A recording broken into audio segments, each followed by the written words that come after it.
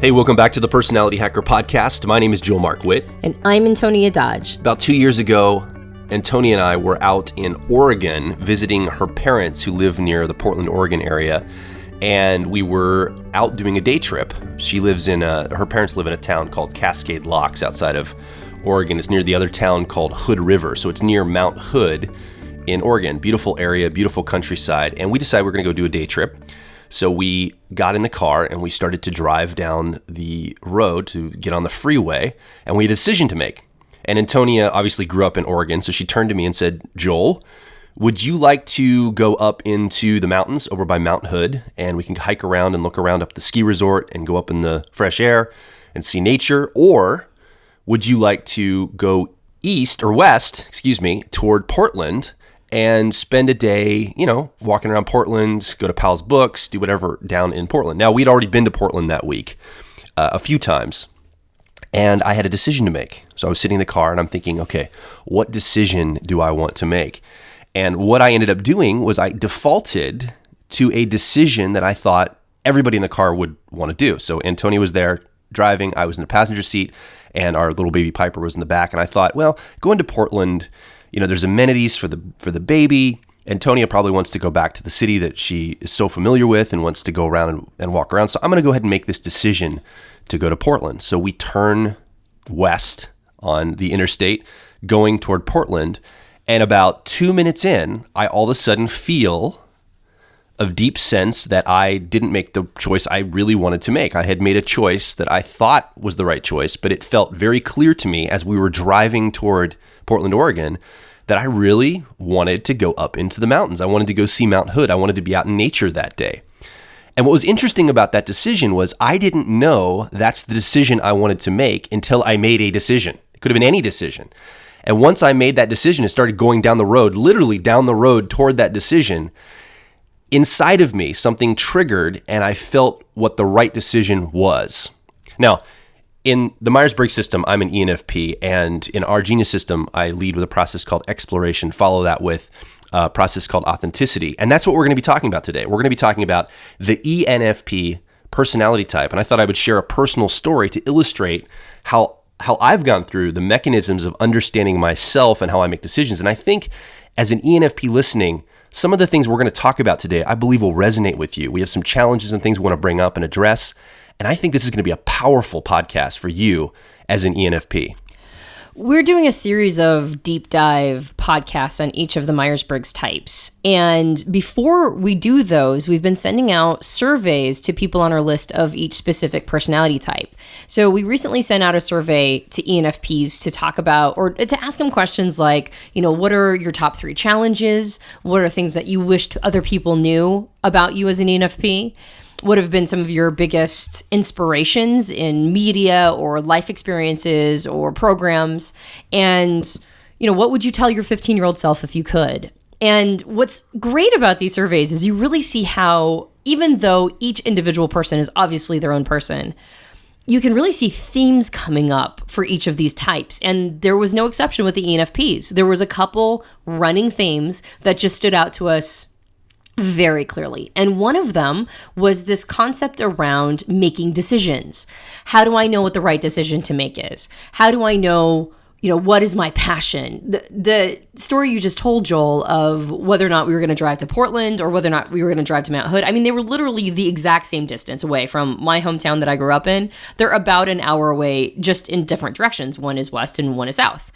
And I totally didn't care which place we went because like you said, I grew up there and I've been to both places a million times. And so I was totally looking at you to go, what do you want to do? And you didn't know until you were already in action. And that is a major struggle for a lot of ENFPs. You can see this with their feedback. One person said in I thought this was well articulated, which is, I don't know what I want to do until I'm already doing it, basically what you just said. And that's so inefficient. Oh, man. There's so much time. It's maddening. Yeah, there's so much time and energy that is wasted on dead end, like all these different projects that you're doing or these directions you're going. Some of them just hit dead ends. And if you're already dealing with a million different things you want to do, And every single thing you have to vet by actually getting far enough down the road to determine whether or not that was the right road for you. And then you have to backtrack and go back and then head back down another road. That's maddening. There's a lot of very interesting Janus-like qualities within ENFPs, meaning that they're almost walking contradictions in a lot of different ways. And I think they know that about themselves. I think you guys know that you're walking contradictions. And so how do you show up in a world where maybe you're not presenting the way that you think you're presenting? Maybe you want to do things, like you want to do a million different things, but you can only choose one and then get so far down the road and go, nope, that's not the right one for me. And then backtrack and go down and try a different road. You've got all these different interests and things that catch your attention. And your highest leverage is when you center in and focus on a single thing. So how do you possibly focus when the world is filled with so many interesting, shiny objects? So we really want to get into the heart of ENFPs, what they're bringing to the world, what they do for us. But our philosophy is at Personality Hacker that every Myers-Briggs type brings something special and unique and imperative to the social ecosystem. So we're going to talk about what ENFPs bring according to our philosophy and some of the challenges that they face and what are the things that they can do to meet those challenges head on. So what's great about this particular podcast, but at the same time might be a little bit to our detriment, is that, Joel, you're an ENFP. So in some ways, we're going to sort of overvalue our experience as you being an ENFP. But what was great about that survey is that I saw so many different running themes in that survey that I think you experience. So it's actually good to get it from the horse's mouth.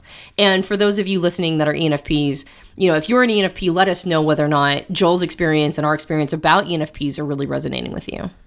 If you grew up in a family or a local culture or a religious paradigm, most likely, as a person in the world, you're often encouraged not to trust your feelings in what you do to make decisions.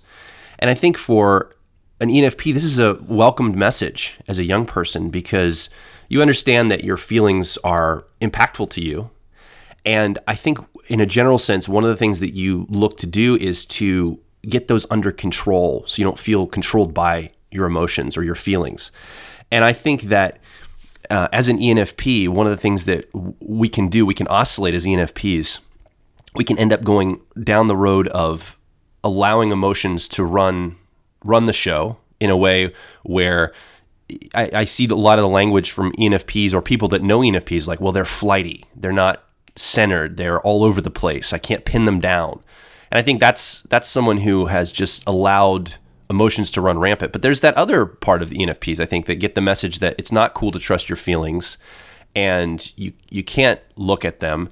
And I think those ENFPs are unhappy because they lock themselves down and they don't trust their gut. And I think both extremes of that can be difficult. And I think being an ENFP, if you're listening, you're an ENFP, I think sometimes it can feel schizophrenic being your type because you understand this push-pull relationship with your feelings and how impactful they are and the messages you might get about don't trust those. And so where do you fall in this? How do you deal with a world, where you want to indulge the feelings you have, you want to chase the feelings you've got, and people call you flighty for it. And so you're like, okay, well, I guess that's not right. And then you try to lock them down and do the pragmatic thing, but you don't feel good about it. You feel like you're making bad decisions. You feel like maybe you're not living life to its fullest. You want to embrace the emotions you bring to the table, but you don't want to do it in a way that makes you come across unintelligent or inarticulate or flighty or uncentered. And so where's this balance? Where's the tension? I think that's really what we're going to unpack today is this tension between those two worlds and the emotions and the feelings that are coming up for you. Yeah, I think the word that is the opposite of over-emotional is overthinking.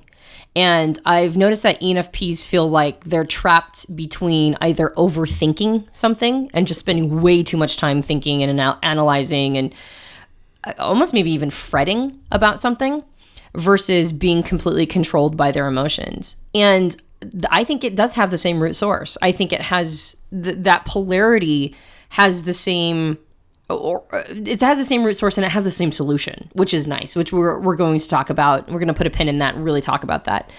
I think the other thing that we need to really address with ENFPs is, like you said, there's this idea that people don't see them as articulate or intelligent, or even there's an insecurity around it, regardless of whether or not it's true. There is definitely an insecurity. I remember seeing a graphic recently online of a picture of two people, like stick figures, and one was in above one of them it said ENFP, and above the other one it said INTJ, and the ENFP was like literally vomiting rainbows on the INTJ's head. like the mouth is wide open and a rainbow is coming out of the mouth, like wow, as a projectile vomit, and it's like landing on top of the head of an INTJ. And it was funny because in some ways it's very true, right?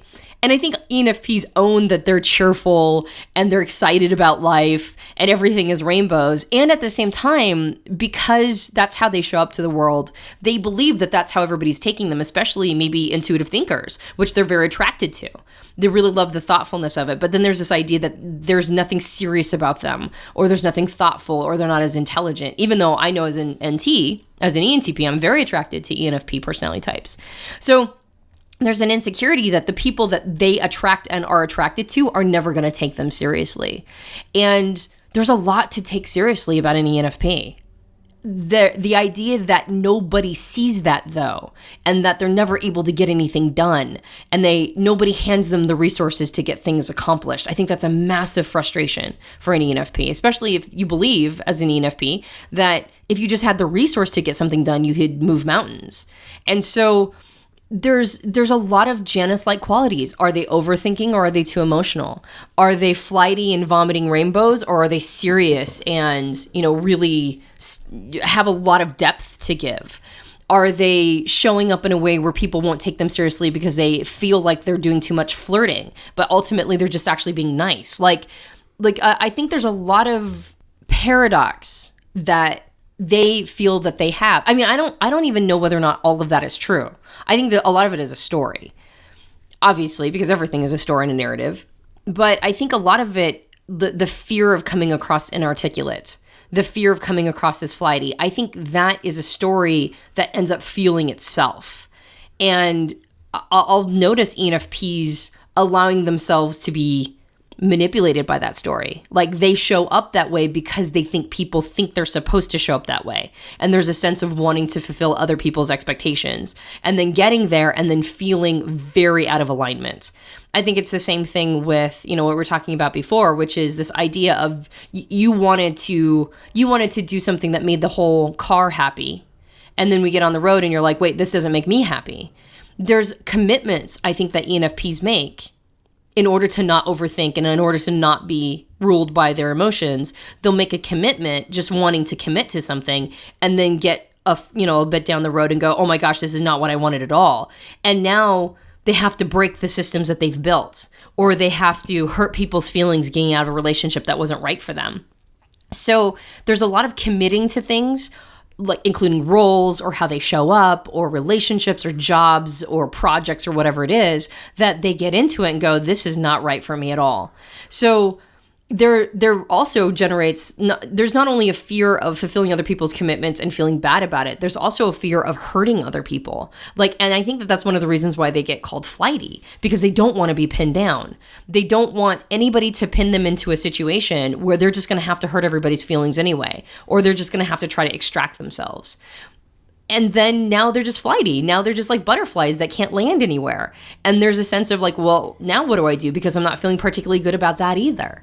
So again, I think most of this comes down to the same solution, which we'll be talking about in just a moment. But I really wanted to take some time to articulate what I think are a lot of the challenges that they're facing, a lot of the things that they're feeling, that they just, there's a difficulty in showing up to the world the way that they know they could show up if they could just find that, if that makes sense. Just kind of like find that place inside themselves and show up to the world in the way that they feel internally. Well, how do you resonate with that? Yeah, I think if you're an ENFP listening, the times in your life when you've been in flow, you've shown up and you have embodied something that you're totally in alignment with, you really love, and you lose sense of time, you lose sense of space, you lose sense of yourself even, because you're pouring everything you have into embodying doing this, whether it's art or a talk you have to give, or a leadership role, or a project, or an adventure you're on,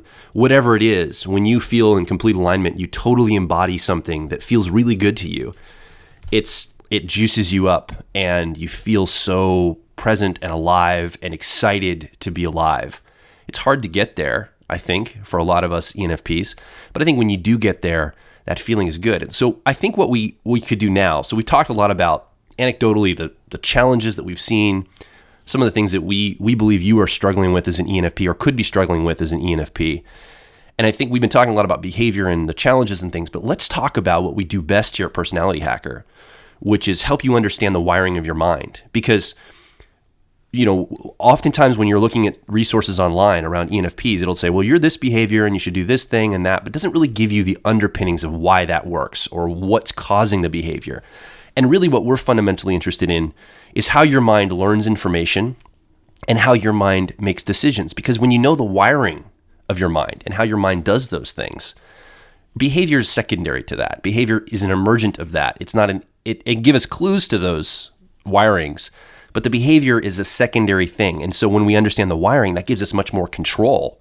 It's like seeing the knobs on the control panel for the engine of your mind. You can tweak things and turn them and realize, oh, I see, I've got this knob dialed up too high. That's why this is happening. So let's dig into the car model here at Personality Hacker that we use to look at all personality types, but particularly today, the ENFP personality type. And imagine yourself, your mind, the wiring of your mind like a 4-passenger car, okay? And this is the car model we use. There's 4 seats, 2 front and 2 in the back, and there's 4 mental processes taking up each of these 4 seats as an ENFP. In the driver's seat is a mental process. It's a learning process. The technical name of this is a cognitive function, but we're just going to call it a mental process for right now. In the front seat, in the driver's seat, is a process technically called Extraverted Intuition. We've nicknamed it exploration. This is what you have been driving with your whole life as an ENFP. This is what lights you up every day. And exploration is all about messing with the external environment to see the patterns that emerge. It's about messing with people, messing with things, messing with the environment, messing with systems, playfully seeing what happens and what comes back to you. And what you're looking for when you're using this mental process, you're learning through this, you're looking for patterns that seem to emerge over and over again. And you're making speculative conclusions based on the patterns that you see. So we often talk about it's behind the curtain thinking. And by definition, you can't see what's behind the curtain. You have to guess what's going on. So you might, interact with someone in life. Let's say walking down the street, you talk to somebody on the street and you notice that they appear homeless and you're trying to pattern recognize and you ask a few questions. And indeed, in fact, based on just a few questions and seeing how they're dressed, you've come to the conclusion that this person on the street that you just talked to is probably homeless. You don't know that for sure. You didn't ask them that directly. You're making a bunch of conclusions and speculative leaps based on some pieces of information that you're putting together. Now, everybody does this. Everybody pattern recognizes to some degree, but because you lead with a process of exploration and you've used it all your life, you're really good at it. And it gives you so much energy that you love using this. So every time you're in life, this is a lot of times why ENFPs can be life of the party, because you're fun, you're bombastic, you're breaking systems, you're trying new things, you want to go on an adventure, you want to push this over here to see what happens over there. And this can be exciting to be around for other people. Yeah, if you want to do a more in-depth or hear a more in-depth analysis about the extroverted intuition or exploration process, I recommend you listen to the podcast on extroverted intuition versus introverted intuition. It does a lot more of a deep dive into this process. But, as Joel mentioned, we all are pattern recognizing. Most of us can pattern recognize when somebody's a homeless person. But when you use this mental process all the time, you get so good and sophisticated at it that you could tell when somebody is not homeless but is showing up as homeless, right? Like if a person appeared to everybody else as being homeless, you would spot the patterns that would say, yeah, I don't think that person's actually homeless. I think they're playing one. You could even notice if somebody was like, say, doing research for a role in a movie and they were showing up as homeless to everybody else, and you're going like, yeah, I don't think that person's homeless. I don't think that they have all the little subtle nuances and the little details of being a homeless person. So you get to a point where you've seen so many patterns emerge that you can see things where other people don't see them. You tell all the little details that go, yeah, I don't think that's actually as it appears. And what's great about this is extroverted intuition, because it's always looking for novelty and new, it's a very optimistic, it's always looking for possibilities. It's always looking for potential. It's a very optimistic process, which is one of the reasons why ENFPs show up so optimistic in general. Like, life really is filled with every possibility. But this is also your downfall, because you have so many possibilities in front of you. It's filled with possibility. Which one can you possibly choose as the thing that you want to be doing? So it's your greatest talent, and it's also what crosses you. So in order to actually be a complete person, not just like a person that jumps like a wildfire from place to place, you supplement this process with, in the car model, what we call the co-pilot. In technical terms, it's called the auxiliary cognitive function, but we call it the co-pilot mental process. And the technical name of it is introverted feeling, though we've given it the nickname of authenticity. And authenticity is very much about doing what is in alignment for you. It's about checking in with how you feel about things, or how things are striking you or hitting you, and going, what feels right to me? What feels right in a situation that might be feeling wrong to everybody else, but feels right to me, and why is that? Or vice versa. It really gets in touch with things like what is right for my conscience, and what feels good and what feels bad or wrong, and why am I feeling the way that I'm feeling, and what are all the little nuances of how I'm feeling. And fundamentally, because you could literally feel any way in any situation, because you're so in touch with all of those feelings, it allows you to figure out what is ethical for you, because different things make people feel different ways, and the subjective human experience is important. That your subjective human experience is important, because you're so, and you know that because you're so in touch with how things are making you feel subjectively. So it makes sure to keep the individual in mind, the subjective human experience of an individual, and make sure that you act in a way that is in alignment with honoring the individual. So if something would allow you to make a metric dump truck full of money, but exploits workers on a mass scale, that's not acceptable, right? Like, it gets the job done, but it totally ignores the impact of the individual with that decision. And so that's not an okay decision. That does not make you feel good, because you're not honoring their subjective human experience. On the other hand, if making great works of art or influencing other people on a mass scale and being highly inspirational makes you feel amazing, but would never allow you to make $1 your entire life, that's a viable option, because it's making you feel good, even if it's not getting the reward, like the quote unquote success rewards that you would want. So that's fundamentally what authenticity is about. And that's a very important process for an ENFP. It's where a lot of this emotional insight comes in, but it's not alone. Authenticity is not working all by itself. Yeah, in fact, you're going to make your best decisions by using that authenticity process, by checking in with how things resonate with you and inner alignment.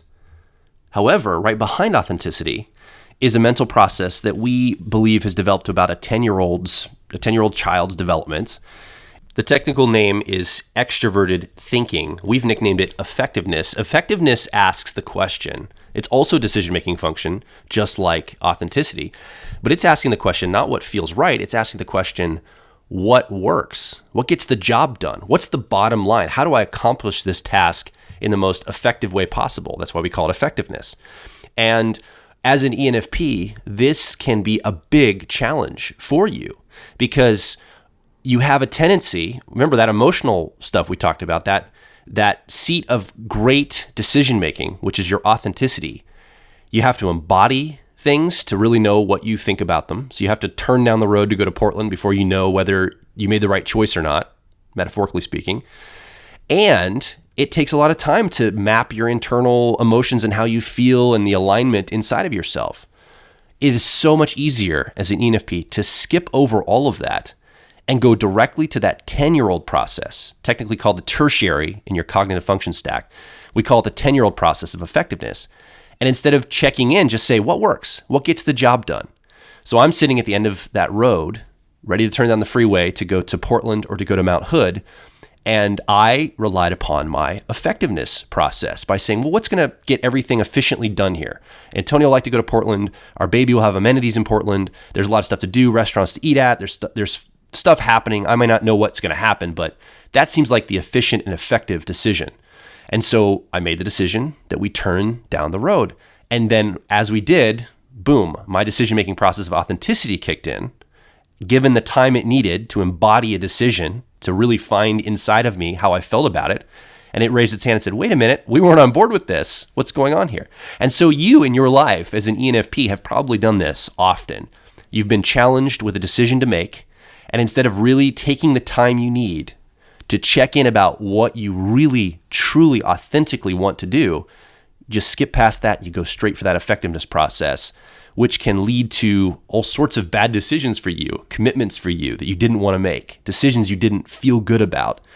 This can be one of the biggest challenges for you as an ENFP. Yeah, because when effectiveness is done well, when it's a mature function, when it's in the driver or co-pilot position and a person has really taken some time to build skill in it, its desire is to build long-term sustainable systems that work on their own.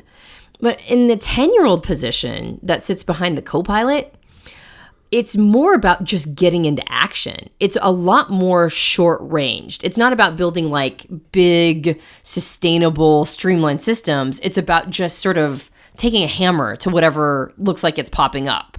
And so because it's not all that well developed, and because it's a way to short circuit this idea of embodying and being like energetically wasteful in trying to figure out what you want to be doing, it just forces you into a decision, right? Like just go. And I think an ENFP falls victim to this dynamic, not just because they're impatient, but also the world around you is impatient. We don't have a lot of patience in general. Like society is like, well, you have to decide. Like you're a freshman in high school, you're 14 years old. You have to decide what college you want to go to, right? And when you decide what college you want to go to, it's because you have to decide what you want to be for the rest of your life. So you now get a couple of years as a teenager, like 10 years before your brain is fully formed, you have to decide what you want to be for the rest of your life and go. And if you can't decide, you're wishy-washy, right? So ENFPs, because... Or flighty. Or flighty. Wishy-washy or flighty. And, once you get there, well, who are you going to date? You got to be dating somebody. And who are you going to get married? And are you going to have kids? Like the world just pushes us to these major life decisions so quickly. And if you don't have all these things lined up by the time you're 22 to 24 years old, what's wrong with you? And there's a lot of decisions, or a lot of really, really crappy decisions that we can make thinking that we had to make them and not being able to embody it, not being able to actually sit with the decision and check in to see how you're really feeling about it and how it's impacting you on what could even be called a visceral level. We get in this dynamic of like the world's not going to wait. And there's also an internal time clock, which is, hey, my death is imminent. I'm going to die someday. I get maybe 8 to 9 decades if I'm really lucky. So, oh my gosh, there's a million different things that I'm interested in. There's so many different things that I love. Am I going to go to Portland or Mount Hood? Portland or Mount Hood. And that's just 2 options, right? Like what if you had like a 3rd, a 5th, a 10th, a 20th, a 100th option out there? And you don't have time to embody them all. So you're getting all this pressure. You're getting internal pressure that, death is waiting. What am I going to do with my life? And then you get external pressure that goes, yes, you have to make a decision. So how could an ENFP not just run to their effectiveness 10-year-old? How could they not just go to okay, what works? I got to go. Unfortunately, when you do that too much, and sometimes at all, right? If you do that with your major life decisions, you end up committing to something that was not right for you. And now here you are. And if your authenticity process, your introverted feeling process has decided that commitment is an important value for you, if you decided that, sticking to your word is something that you want, that's who you want to be as a person, then you won't go back on your decisions. You'll just sit with misery and unhappiness. And I think that happens I think that happens so much for an ENFP. I think that happens so much. And so then you get this fear of the cost of specialization and you just fear every commitment, right? Like if I commit, I can't back out. And so I don't want to commit at all, because if I commit, then I'm stuck forever. So now you don't commit to anything, and time continues to go by, and now you're 10 years later and you haven't done anything with your life because you feared commitment, and now you realized you committed to nothing, and that was a commitment too. So everywhere you look is the wrong decision, or at least it feels that way. And I could see that being really, I can see that like causing so much depression, causing so much anxiety, causing so much like, I just don't know what to do. Analysis paralysis for an ENFP. I could see that being maybe the life struggle that they face. Yeah. Let's finish out the construction of your mind wiring. We'll talk about the last position, the fourth position. It sits directly behind your driver's seat. It is called the inferior position technically. Technical name is Introverted Sensing. We've nicknamed it memory. And memory is all about understanding who you are and the world around you based on your past and your ties to the past. It's really interested in precedent. It's interested in what's come before it. It's interested in procedure, in the status quo, understanding what the majority of people buy into. And this process for you as an ENFP has a development of about a 3-year-old child. It's a very inferior and unsophisticated mental process for you.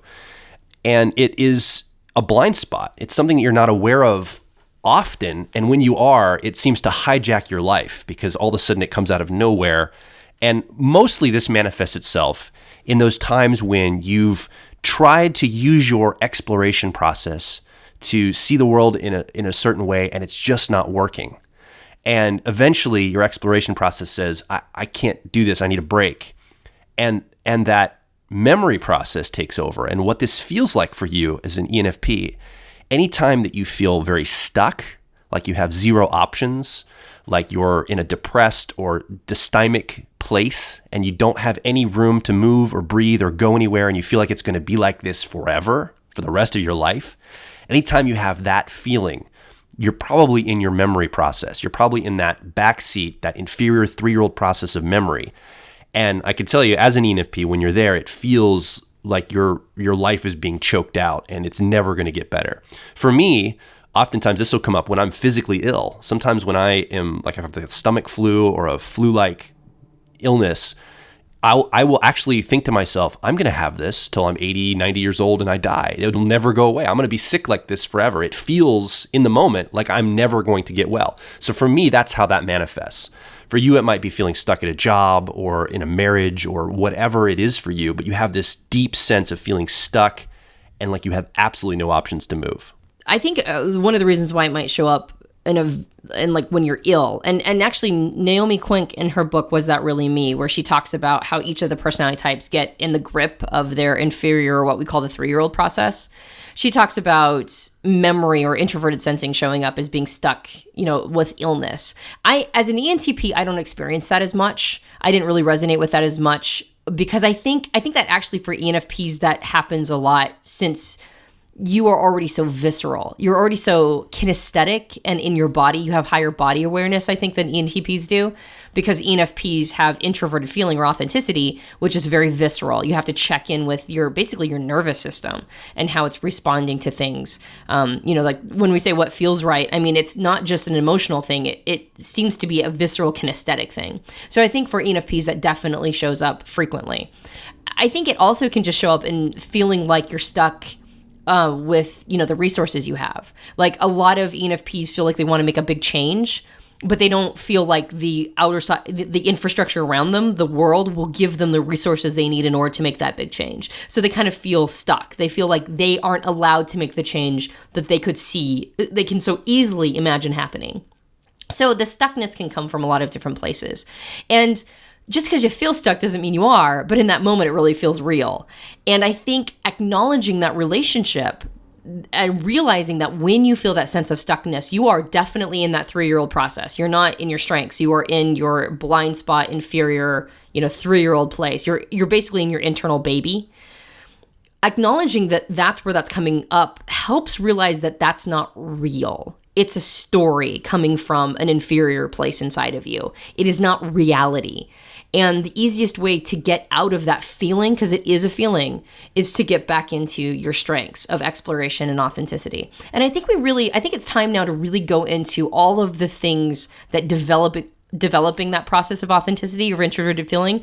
I think it's time to really get into what that can do for you as an ENFP, because it seems to be the root of a lot of the solutions to almost all the challenges we've mentioned. So here we go. If you are an ENFP listening, one of the first things that I'm going to talk about when we're developing that co-pilot of authenticity is slowing everything way down. And this is going to be a big resistance for you as an ENFP, because we've gotten good as ENFPs getting into that 10-year-old process of effectiveness, getting things done, moving quickly. That word flighty comes to mind, moving around, like the social even in a social situation, being the social butterfly or meeting new people. We are really good at picking things up and moving really fast. And in order to grow that authenticity process, one of the first things that has to happen is we have to start getting very slow in how we approach the decisions we make. And again, that's an introverted process, is introverted feeling. So not only are we going to slow down, we're going to stop looking around us to the people around us and the circumstances around us, and we're going to start focusing inward and finding out what's in alignment for us on the inside. And this can be a big challenge for us as ENFPs, especially when you're just first starting out on this journey. I've noticed too that a major leverage point in developing authenticity is recognizing that it can be a fickle process. It can take time and really some thoughtfulness around your environment and making sure that you're keeping your context in a way that supports authenticity and supports introverted feeling, because it is, that's where the fussy artist part of you comes from. The part of you that makes it so that, if the circumstances aren't right or if things don't feel good, you might not be in a great space to get it done, but you want to get it done, and your effectiveness process really wants to get it done. So what ENFPs tend to do is they tend to ignore the fact that they don't feel like doing it, and they just jump into action anyway. And that's when they make decisions that aren't in alignment with themselves. That's when they say yes to opportunities they should have said no to. That's when they don't get the highest quality work done that they want to get done. That's when they say things or attempt to articulate something that doesn't come out quite right, and then they get kind of insecure about whether or not other people think they're intelligent. When you slow it down, like you were talking about, when you allow yourself to get into a space of being purely in authenticity, well, not purely, it's never going to be 100%. It's always going to be a marriage of your exploration driver and your authenticity co-pilot. But it's really about giving yourself some time to embody what you need to embody, to be able to feel completely how this decision is making you feel, and let it be visceral. Slow it down. Allow yourself to be fussy and a bit fickle and a bit like, you're not sure how you feel and maybe you need the circumstance to be right, because that's where you're going to make your best decisions. If you're just continually in action, then that's when you're going to say yes to stuff you should have said no to. And for a lot of people, saying yes is almost always the thing they need to work on. They need to work on saying yes to life. For an ENFP, your leverage point isn't what you're saying yes to. Your leverage point is what you're saying no to. You want to be saying no to the things that aren't in alignment for yourself. And you can only know that if you slow it down, if you give yourself that time to really embody the decision. And once you do that, then you'll be saying yes to the highest leverage things, and you'll be saying no to things that you shouldn't be saying yes to anyway. And that way you won't be overwhelmed with opportunity. You won't be overwhelmed with all of these tasks that you have committed to. And you'll find yourself being less, quote unquote, flighty.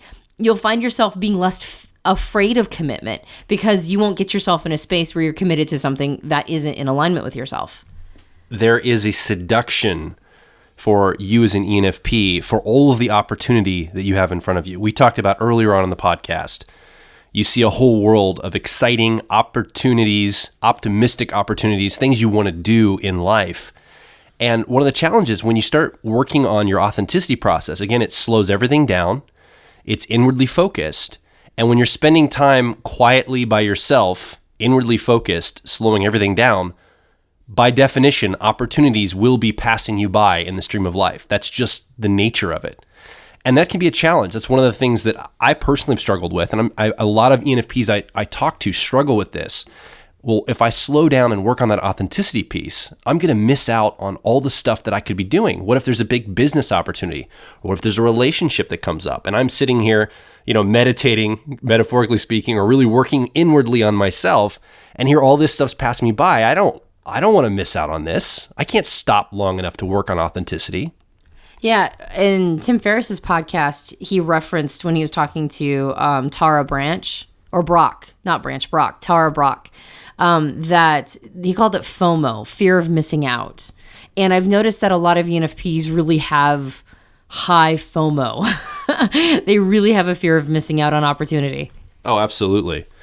But the encouraging thing is, from going down this journey, when you're an ENFP and you begin to focus in on that authenticity, is you begin to realize that a lot of the opportunities you were chasing were never in alignment with you in the first place.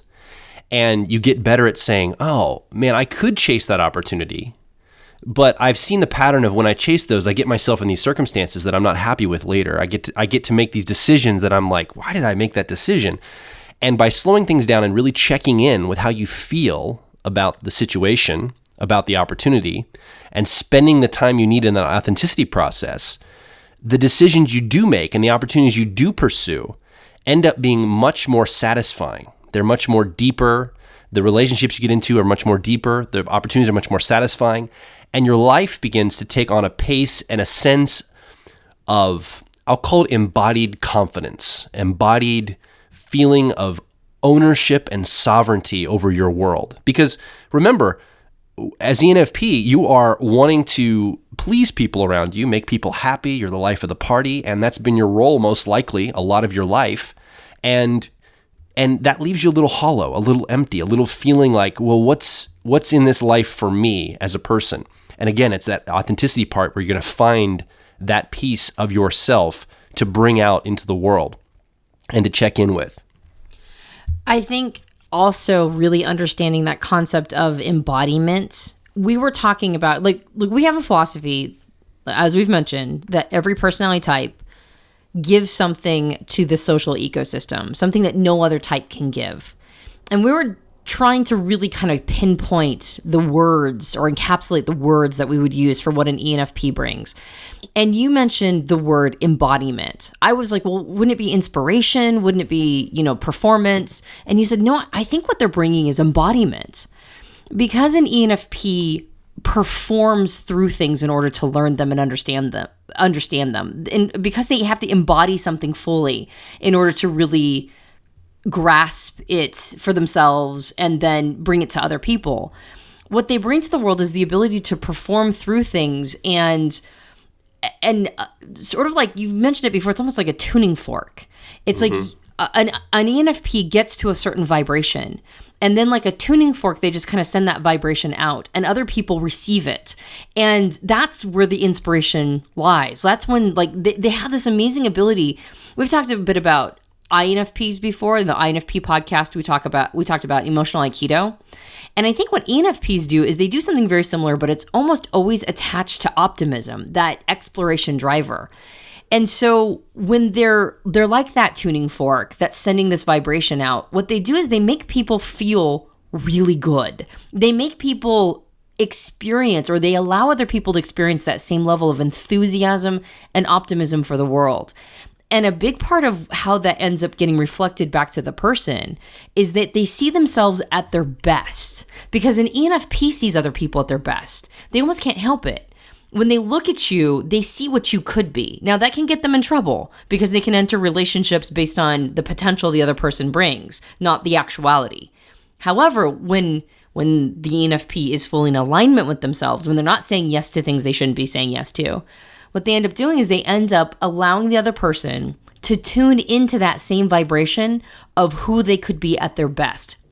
I think that's why Tony Robbins has been such an overwhelming inspiration to other people as a motivational speaker.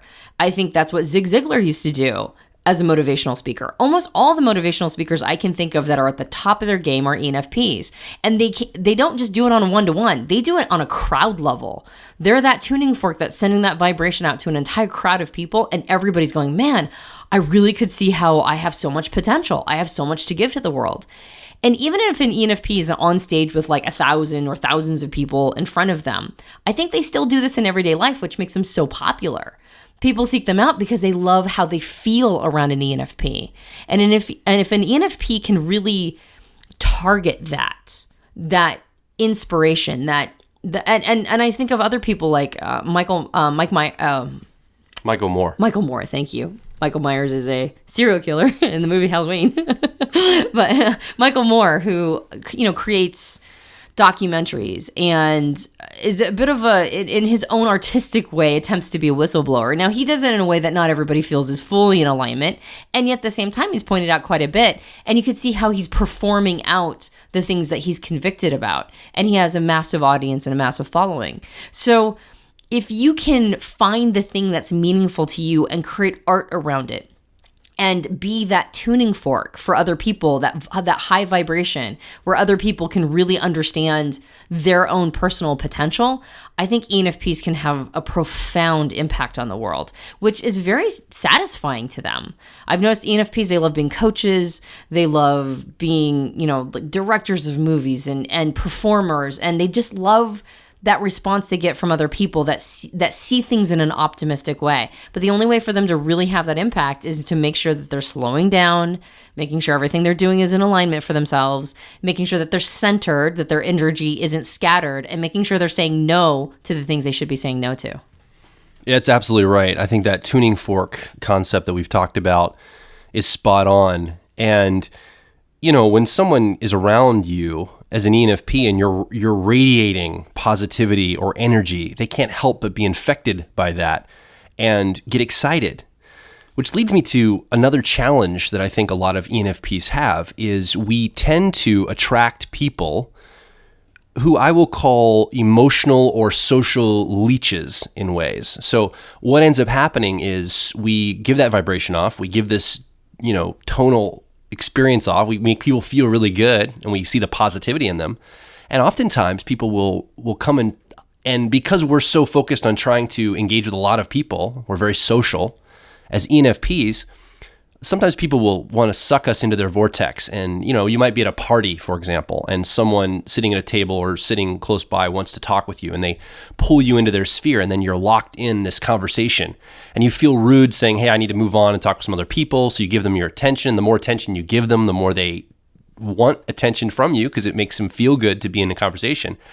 And so you start to learn that I can't be real present with people because they tend to latch on to me and they tend to want all of my attention, and they remove options for me to give attention to other people. And so I think this concept of being flighty or being unable to be pinned down as an ENFP, I think this comes from this strategy that you probably have developed, if this is something you've been accused of as an ENFP in your life, of trying to avoid getting sucked into like this vortex of leechism in a social situation. I think that's one reason why.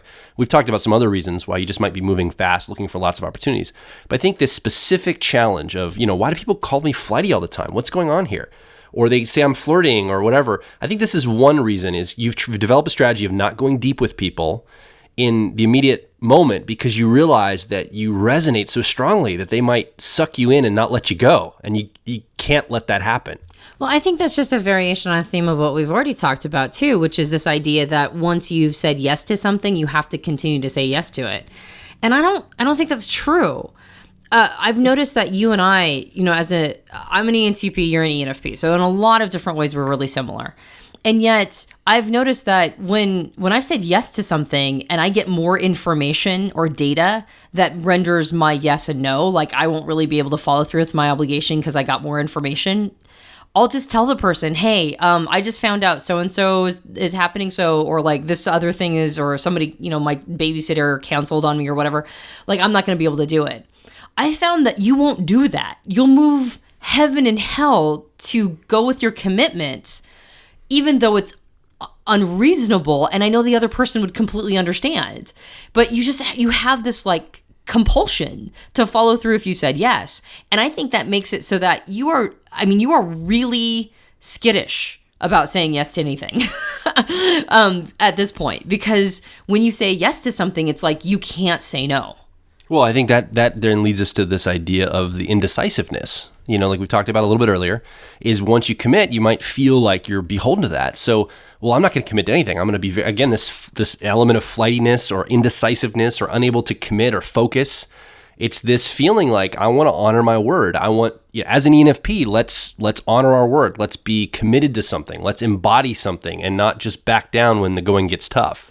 And I think that the permission to be able to say no once you've said yes I think this is pretty big. I think this is something you're still working on, actually, is being able to, to go, well, I said not at the last minute, not canceling. I actually think, honestly, I think the inability to say no in a reasonable amount of time actually encourages ENFPs to say no at the last minute when they feel overwhelmed and they just can't handle it.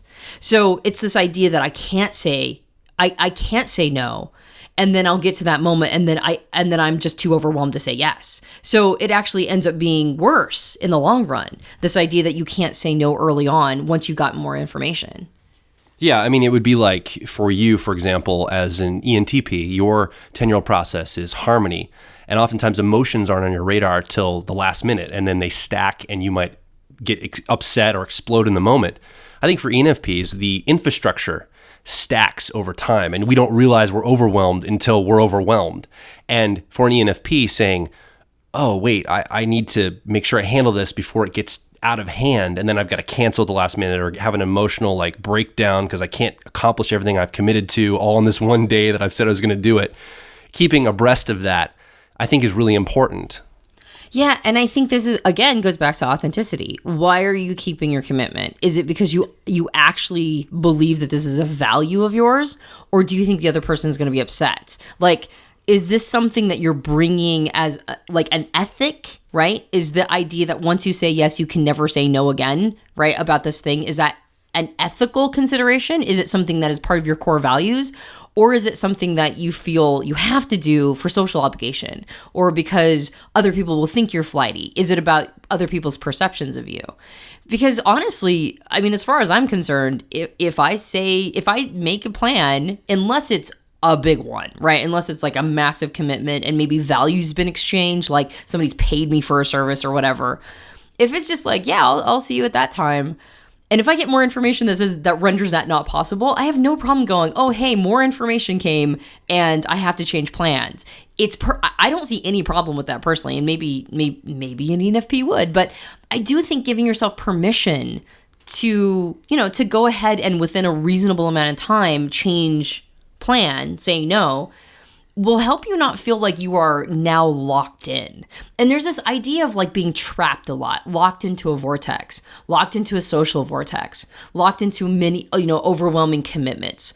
It's always this idea of being locked in. It's really that fear of being being without freedom, right? Being locked in, trapped. And really it's a matter of giving yourself permission to untrap yourself. If you've said yes to something and you now have to say no, say no. You have the key. And an emotional overwhelm or logistical overwhelm that leads to an emotional meltdown, that might give you the kind of emotion that you need in order to cancel the plan last minute. That might be sort of your self manipulation in order to get the desired outcome. But you can do that earlier in the process and just save yourself the headache of having a meltdown. It's okay. You have total permission to do that. Another piece I've noticed is that have we already talked about crazy makers? No, I don't think so. Okay, so Julia Cameron in her book, The Artist's Way, which is the book that you, Joel, always recommend NFPs read, she talks about crazy makers in your life. People who come in and just create havoc, right? Mess everything up. And I've noticed that I have a lot less patience for crazy makers than you do. I'll allow a crazy maker to enter my life once, and then once I'm yeah, that person's a crazy maker, I won't let them do it again. But I've noticed that you have a lot more patience for people in that position than I do. And so crazy makers tend to infect your life over and over again. And I think it's because you have a lot more sympathy. You have a lot more like just in general compassion for other people's situations than I do. I'm like kind of like, well, get your shit together. Maybe we'll talk. But you have a lot more compassion than I do. And so you'll allow crazy makers into your life a lot more. And again, this is a feeling of being trapped. Like, oh gosh, this person's so emotionally overwhelming, but I'm just like trapped by this situation.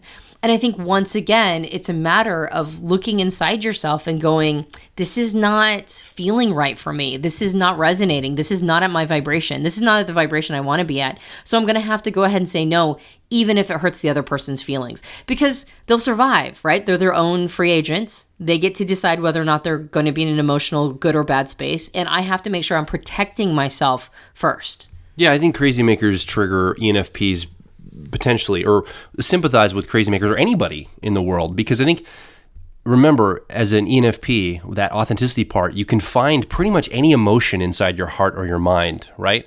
This is why we make great actors. ENFPs make great performers because they can literally call up emotions that most people don't have access to.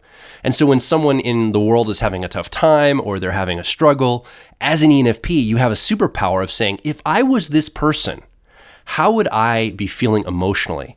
And when you ask that question, oftentimes the actual emotion can be found in you, and you can experience the feeling that it must feel like to be that person, or at least your personal subjective approximation of that experience if you were in their position. And so you have sympathy saying, man, if I was this person, I'd want to be treated this way. If I was a crazy maker, because I can find the crazy maker in me, I'd want to be treated this way. And then you'll treat the person the way you would want to be treated. It's kind of that golden rule principle.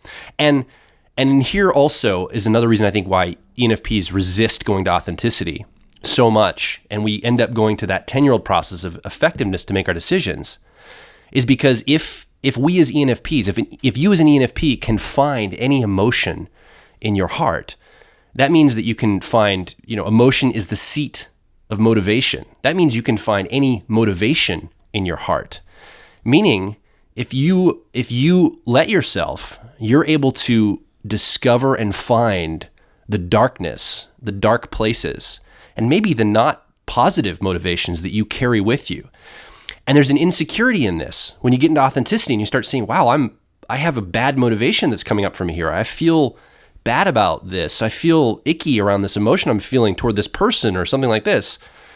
It can be disconcerting because you look around and you tell people, hey, I have this emotion around this person, and do you feel this? And they say no, because they don't have authenticity. I must be the only person in the world that has this darkness in my heart. And you start to feel bad about who you are as a person. You start to feel bad about that authenticity process. Wow, that authenticity process is damaged in me. I've got badness there. I've got darkness there. This is not healthy. This is scary stuff. I'm going to stay clear of this. Only in those, emotionally like easy times or connective times I'll go there, but I'm going to stay away from this. I'm going to use my decision-making process of effectiveness instead, because it's just too many dragons in my heart. I don't want to see those. And so I think this is another challenge that comes up for ENFPs in avoiding that authenticity process. And I think it ties into everything we're talking about here. Emotions, again, are the seat of motivation, and emotions are so powerful for you as an ENFP, and you understand them on such a level that if you see some negative ones coming up, you want to avoid them. Yeah, I was talking to a friend earlier today, somebody I reconnected with. He's an INFP, and he said something brilliant, and I told him I'm going to shamelessly steal this. He said, well, like the whole idea of there be dragons, because I'm always referring to that, especially with extroverts that have to do some inner work and we don't want to. I always say that, well, there be dragons, right? And you don't want to go conquer those or go face them. And he said, well, what is a dragon's job? He said, it's to guard the gold. So this idea of not going inward, this idea of there be dragons, there's also gold there. That dragon is guarding the gold. And so all of those icky emotions, all of that stuff you can find inside of yourself that maybe other people don't have access to, that's where your gold is. Being able to understand all of the human experience, being able to sympathize with people at their darkest space. That's part of how you help them when they're at their darkest space. It's how you help them understand that that's not all that they're made of, right? They're made of other stuff. And you can still be that tuning fork. You can still be the person who sees other people at their best because you can also see them at their worst, and you can meet them there and go, but that's not all there is to you, just like I know that's not all there is to me. So being willing to face that, being willing to face the dark places inside of you, you're not the only one. I'll just say this. All of us have some pretty dark spaces. I mean, I've talked about as much personal development work as I do. As long as I've been in personal development, there is a part of me that has what I call the assassin fantasy. And when I start to face some of the darker parts of humanity, I start to go into this fantasy that I'm a sniper assassin, and I'm just picking people off from a distance. I'm God. I get to decide who lives and dies, and I can be there. I can totally be in my sniper assassin fantasy, and that's a pretty dark space for me. That's one of my darkest spaces where I'm just like, yeah, you're gone, and I just get to decide that. And that's not as dark as things get. I get that things get even darker than that. Things get some pretty twisted, and being able to sympathize and hold space non-judgmentally for somebody who get to an extremely dark space is the only way to reach out a hand and help them out of that dark space.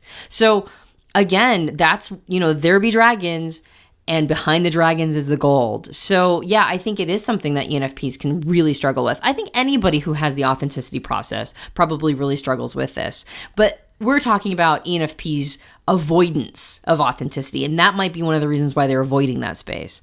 But that's the way out is through, right? Like going to that space and being willing to venture down into the darkest coal mining corridor of your heart. That's where the gold is. There's a little bit of insecurity from ENFPs also on a survey we did. I just want to address this before we wrap up, that I can totally resonate with this. In fact, as I was reading through some of the survey answers, this hit me hard as an ENFP. It's this sense that when you're around other very intelligent people, you're the dumbest person in the room. And it's not that and I think what it is for you as an ENFP is you are actually very brilliant. You're very intelligent, and you're highly intuitive. So you're seeing patterns and you're understanding them on a deep level. And I'm guessing that when you even answer on a survey that you're not good at, intelligent conversation, you're probably better than like 90% of the people on the planet. However, there is an insecurity that comes up, especially when you're around like intuitive thinkers, for example, like INTPs or INTJs, and you're in a conversation with them, and, or my wife, ENTP, she can out-argue me any day of the week. I was like, just the INTPs and the INTJs? Logically, but what I'm talking about, anybody in the room that seems... I'm like insulted that you're not saying that I make you feel dumb. That's ridiculous. Yeah. So when you're in conversation with intuitive thinkers or other people that are very intelligent, not just intuitive thinkers, intuitive feelers or sensors or whatever, long story short, if you're in a conversation and you show up with that intuition, with the intelligence, but sometimes the articulation of that can be a challenge to articulate what is in your mind and your heart. And sometimes what I'll do now as an ENFP, I'll say, I feel like this is what I'm thinking about this. I have zero logic or argument around why I feel strongly about this, and I'll articulate something. I'll probably get that later, and usually it happens 2-3 hours later. All the reasons why I felt so strongly about a position or towards something come to me. But again, that authenticity takes time. So one thing you can do with the people in your life is anchor point that and say, I feel strongly about this. And they'll say, because ... and expect you to fill in all the logical reasons. And you may not have it. Just say, I don't have the logical reasons right now, but I'm going to sit with it and they'll come later. But I still feel this is the way I want to think about this, or this is the reason why I believe this to be the case. And I've been doing this more and more, and it feels very empowering as an ENFP to do this, because it buys your authenticity time to percolate, to sit there, to stew, and to figure out why you came up with the answer or the thought you had, because it's not so easily readily available like it is for other people. Yeah, and over time, I've learned to totally trust your gut. I mean, there have been so many times when you've just had an instinct about something, and I mean, maybe we moved forward anyway, and you're like, yeah, I don't think this is the right thing to do. Or the opposite, we should totally do this, and we didn't. And in retrospect, I'm like, yeah, you called it. You were totally right. You may not have had the reasons. So over time, I've learned there's just so many things I've just handed over to you. I'm like, your gut is telling you no? Okay, it's a no. Your gut is telling you yes, it's a yes. And I've really learned to trust your information, even if you don't have all the data points. Over time, it's totally borne out that your gut's solid. And that's a challenge for me because, trusting your own gut as an ENFP is the first step before anyone else can trust it. And I would encourage you as an ENFP to trust your gut and develop that. In addition to developing that authenticity process, though, I mean, don't just trust it willy-nilly. You have to be doing work on that authenticity process. There's a lot of resources and trainings and ideas we have in our personal development starter kit for developing authenticity. But I'll give you the overarching principle that I tell people, other ENFPs in coaching situations, and that what I'm working on in my own life. And mileage may vary, but I'd love to hear your feedback about how this works for you. Remember I said that emotion is the seat of motivation. You do things because you're motivated emotionally to do them. And I want to make a personal distinction between feelings and emotion first. I don't know the technical definitions here, but I'm going to define feelings as something that's temporary, it's in the moment, it's something that's surface, that can be brushed away easily. An emotion is something deeper. It's something you can feel a resonance of over time. And one of the first jobs you're going to have as an ENFP is to determine what is just a feeling. I don't feel like doing this right now, versus a deeper emotion. Like, this feels right. This feels in alignment with me. It goes all the way to my core. And to really begin to notice the difference between those two. I think that's the first key. And understanding that emotions are what drive behavior, drive our motivation. Everything you do as an ENFP is chasing an emotion. Everything you do, every action you take, every behavior you exhibit is chasing you feeling a resonant way, feeling a certain way about yourself, about the world, about other people, whatever that is. And so in a coaching situation with an ENFP, oftentimes you as an ENFP listening can resonate with this. You want to do so much. You have that optimistic view and possibility thinking. You've got so much that you want to accomplish in life. And so I'll ask the question, what emotion are you trying to create? What emotion do you want to feel?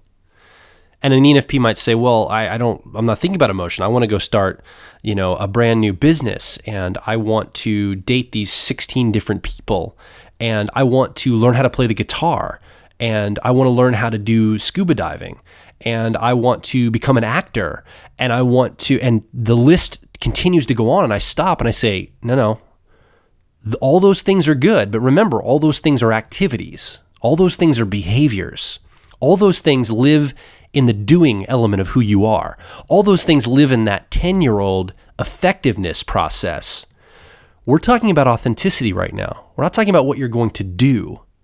We're talking about who you want to be. What do you want to feel?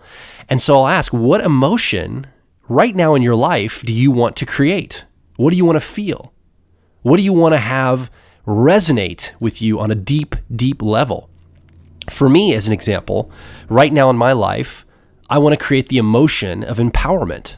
I want to feel empowered when I show up in my relationships, when I speak to strangers, in this business, on this podcast, wherever I enter the world. As an ENFP, I want to come empowered. And that's the emotion I'm attempting to create in my life right now. So what I did is I actually created an exercise. I sat down, and this is how I'd coach you if I was coaching you as an ENFP. I say, sit down and determine what emotion is most important for you right now. Because that's why you're doing all these things that you want to do, is you're chasing emotions. So figure out, what emotions are you trying to go toward? What is at the core of your being that you want to feel? Whether it's excitement, empowerment, romance, whatever that emotion might be. Determine that, and then make lists. Say, how can I feel this emotion? For me, the feeling emotion of empowerment, it comes from expanding my business. I made a real short list.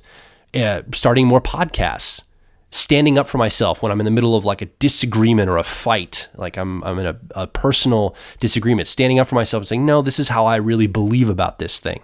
And so I've created an entire list of things that will help me feel empowered.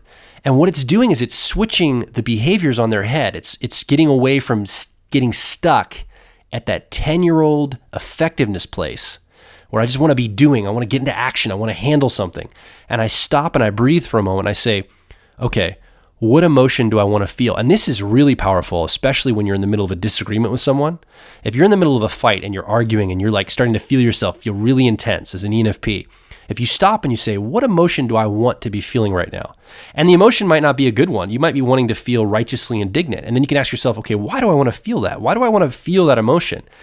And when you start to get down into the emotion level and you're actually functioning with moving in and out with your emotions and working with your emotions directly, what's exciting about this is at first you might have to do behaviors to get to certain emotions because that's kind of how it starts out. But if you work with this long enough, you as an ENFP will begin to access emotions you want on command. I mean, this is why ENFPs make great actors, right? Because we're able to access emotions and embody things in real time. Like we can feel someone else's experience almost. And what's great is when you go down this exercise of what emotion do I want to create, you can begin to see in yourself the ability to create those emotions on demand, whether you're in the midst of a disagreement with someone or you need to get courage to stand up on stage and give a presentation, whatever that is, you'll have direct access to those emotions. So it starts by asking yourself the question, what emotion do I want to create? And then building some systems to get to those emotions at first, almost like training wheels.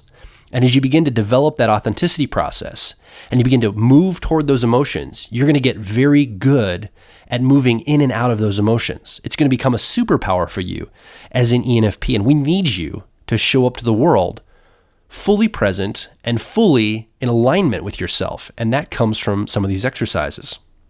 So we'd love to hear from you. I'd love to hear what you think about this idea of looking toward emotions first and building strategies to get to them directly, rather than working from the behavior end and trying to retrofit emotions to your behavior or toward your actions or toward the way you think you should feel. If you've been an ENFP listening, has this resonated with you? Do you have ideas, thoughts, questions about what we've talked about here? If you are someone with an ENFP in your life, maybe you want to share this podcast with them and let them listen to this, and hopefully it gives you some insight into their mind and how their mind is wired and how they're working. You can find more information or leave a comment or question under this podcast over at personalityhacker.com, or you can join our growing community of like minds over at facebook.com/personalityhacker or twitter.com/personalityhack. Yeah, every week I always say, hey, if you like what you heard, you can subscribe to us and leave a rating and review on iTunes. But I recently found out from another podcast we listened to that we may be featured if we get a lot of positive ratings and reviews. So the more ratings and reviews we get over time, the more likely we are to be featured on iTunes and like the front page. So if you like what you hear and you would love to give back, right? Like if we provide some value and you're not in a position to get a starter kit or whatever, if you would like to really do something, reciprocal for us, if you leave a rating and review on iTunes, that actually really helps us out. It makes it so that more people can be aware of Personality Hacker and access the same great content. So please leave a rating and review on iTunes. We would be extremely grateful if you would do that. And be sure to click that subscribe button while you're in iTunes or the Android platform that you listen to us on each week. Also, please introduce us to a friend or family member of yours that you think would resonate with these topics each week. It would be great for somebody else in your life to share this experience with you weekly, have discussions in real time together, go to lunch, discuss it, I don't know, but let's build a community together, all of us. My name is Joel Mark Witt. And I'm Antonia Dodge. Thank you so much for joining us into this deep dive on the ENFP personality. We'll talk with you on the next Personality Hacker podcast.